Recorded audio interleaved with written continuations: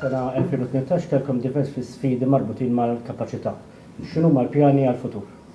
Mela, kif qed tajb matul is-sena 2018 aħna ħandirjajna rekord ta' containers, ħandirjajna aktar minn 3,300,000 container u l-akbar sfida li kellna kienet l-ispazju neċessarju sabiex niħandirjaw dan il-volum ta' containers.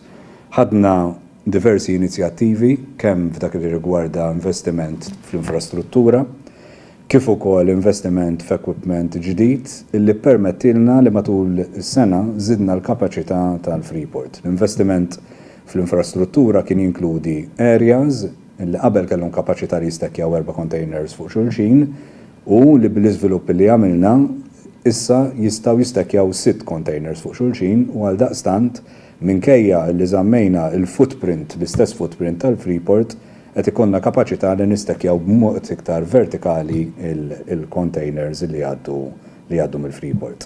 Dan ġie akkumpanjat ukoll mill-investimenti li sar fl-equipment. L-investiment fl-equipment kien jinkludi 15 l-RTG ġdid li ġew inawgurati s-sibt li għadda, kif ukoll xiri ta' 31 truck ukoll ġdid u 36 trailer ukoll ġodda illi jikkumplementaw il-flotta ta' equipment illi għandha.